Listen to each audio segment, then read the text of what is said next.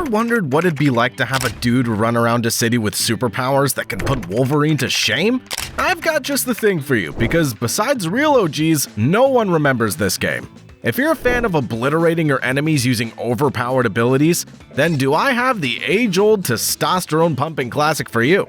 In this video, we're going to be looking at the game Prototype and why it's the best superhero game ever made. Gameplay.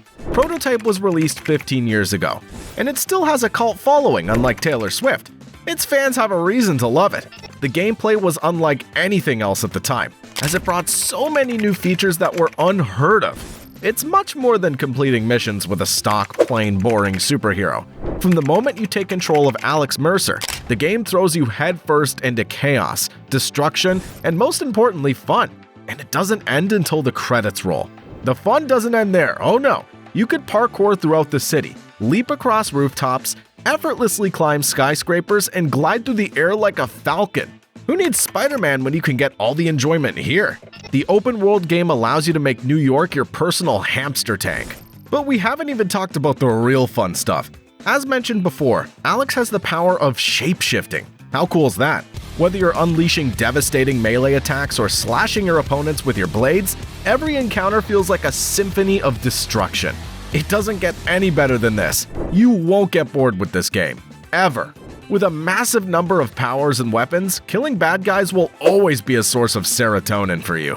Here's another great thing about the game. You can upgrade any power you like to enhance your gameplay and allow you to focus on destroying enemies in the way you feel most powerful. Not only that, but the game is also filled with boss battles to test your limits. So to summarize, you're getting the fun of Spider-Man and the fights of Souls-like games all in a single game. Not a bad deal, especially if you understand that a game with this kind of gameplay and mechanics still hasn't been released till now. Story. Now imagine the COVID-19 pandemic. Fear, fatalities, chaos, confusion, but worse. That's how Prototype portrays New York, only without the lockdown. A city plunged into darkness and chaos by the deadly virus. Blacklight, synthesized by a group of scientists led by our protagonist, Dr. Alex Mercer. Alex was an ordinary guy, and well, quite a smart one too. The man was the textbook definition of a nerd.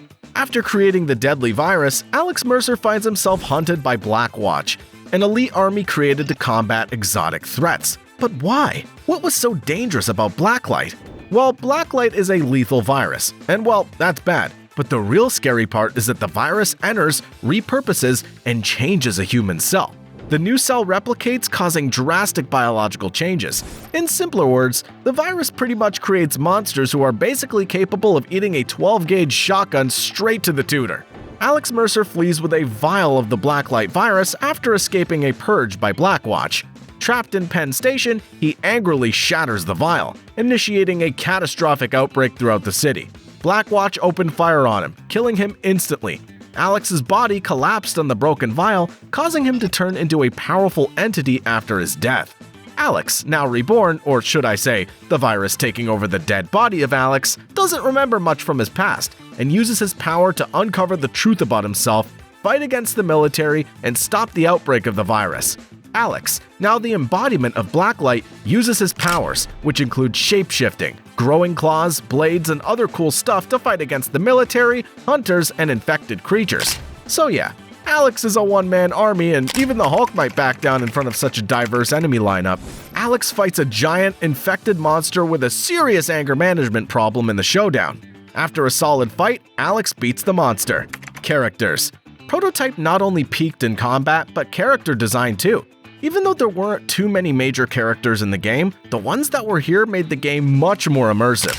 Alex Mercer. We just have to start with our protagonist, Alex Mercer. Well, Dr. Alex Mercer, but we could safely assume doctor degrees aren't valid after getting mollywopped to death. The new Alex Mercer, or should I say Blacklight Virus, has no memory of his past and newfound shape-shifting abilities. As he navigates through the streets of New York City, Alex is driven by a desire to uncover the truth behind his identity and the origins of the deadly virus that's plunged the city into chaos. Dana Mercer. Dana is Alex's sister and a key ally throughout the game. As a journalist, Dana is determined to expose the truth behind the virus outbreak and the sinister activities of Blackwatch. She's the only person that Alex trusts. In the hope of helping her brother, Dana started to search for any information about Raymond McMullen. the founder of Gentek and all of his associates. Robert Cross. Robert Cross, or just Cross, is like the big bad boss in Prototype, a ranking elite force member tasked to stop the spread of Blacklight. He's determined to stop and eliminate Alex Mercer to maintain control over the city. He's a constant headache for Alex, whether you dislike him or just borderline hate him. Kudos to him for being a loyal member of his elite force. Elizabeth Green. A central figure in the mystery surrounding the virus outbreak, Elizabeth Green is a test subject with a connection to Alex's past. Mutated by the virus, Green possesses immense power and serves as a challenging boss battle for Alex to overcome. Dr. Raymond McMullen. As a scientist working for Gentek, Dr. McMullen plays a pivotal role in the development of the virus and the experimentation conducted on its victims. His cold, clinical, seemingly professional demeanor makes him a chilling character. Despite that, in the end, he chose to kill himself instead. Talk about going out on your own terms. Powers. Okay, now that the characters are done, let's get to one of my favorite parts of the game, the powers that we can use. Claws. One of Alex Mercer's signature weapons, his razor-sharp claws are capable of tearing through flesh and metal with ease. Whether slashing through enemy soldiers or shredding vehicles to pieces, the claws are a versatile and deadly weapon in close-quarters combat. Blade. Like the claws, the blade is another melee weapon that Alex can utilize to slash his opponents. With its serrated edge and immense cutting power, the blade is perfect for slicing through multiple enemies in quick succession or delivering devastating finishing moves. Alex can also look for a job as a butcher, because all that slicing must have trained him somewhat. Hammer fists. For those times when subtlety is not an option, Alex can call upon the power of the hammer fists. These massive, armored fists pack a punch like no other, capable of smashing through concrete and sending enemies flying. Hulk who? Whip fist. As the name suggests, the whip fist allows Alex to extend his arm into a long, flexible whip-like appendage with a blade at the end, capable of striking enemies from a distance. With its ability to slice through multiple targets and wrap around obstacles, the whip fist is a great weapon to attack enemies from a safe distance. Nothing wrong with being safe, am I right? Devastators. In moments of dire need, Alex can unleash devastating area of effect attacks known as Devastators. These powerful abilities range from unleashing a shockwave that knocks down all nearby enemies to summoning a whirlwind of blades that slice through anything in its path. With their immense destructive power, Devastators are perfect for turning the tide of battle in Alex's favor. Overall, the weapons of Prototype offer players a wide range of options for wreaking havoc on the streets of New York City. More precisely, wreak havoc on the streets of New York in your style with the power and weapon of your choice. Why Prototype stands out? Well, for us, the answer's simple. Prototype's like the ultimate mashup of all your favorite superhero games rolled into one epic adventure. Think of it as a crazy mix of Spider-Man's acrobatics, Hulk's raw power, and Wolverine's claws, all set in the chaotic streets of New York City. Not bad, eh? You've got the freedom to climb skyscrapers, glide through the air, and unleash devastating attacks on your enemies. It's like a superhero's dream come true. The game wants you to change your superpowers. It encourages you to find your match and explore. Customizability is a huge and necessary part of the game. Combine that with an open world setting, and you've got yourself a game that people will still play and talk about even 15 years later. The game's aged graphically. I mean, duh, no one had tens of gigabytes of VRAM back then and curved OLED monitors. But looking from a different perspective, its story, its gameplay, it's very hard to find a good match for this.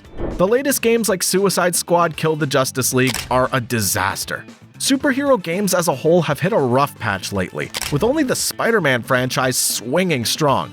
This fact only testifies to the fact that the Prototype franchise was way ahead of its time. The closest match that there is to Prototype is, well, Prototype 2. The sad part's that Activision has no plan to revive the franchise. I mean, come on Activision, take a break from releasing Call of Duty games. Make a new Prototype game. And that just about covers everything that you need to know about the most testosterone-inducing game of the 2000s. We hope you enjoyed our video on Prototype. If you did, make sure to leave a like and subscribe to the channel for more amazing gaming content. Also, let us know which game we should cover next. I'll see you in the next one.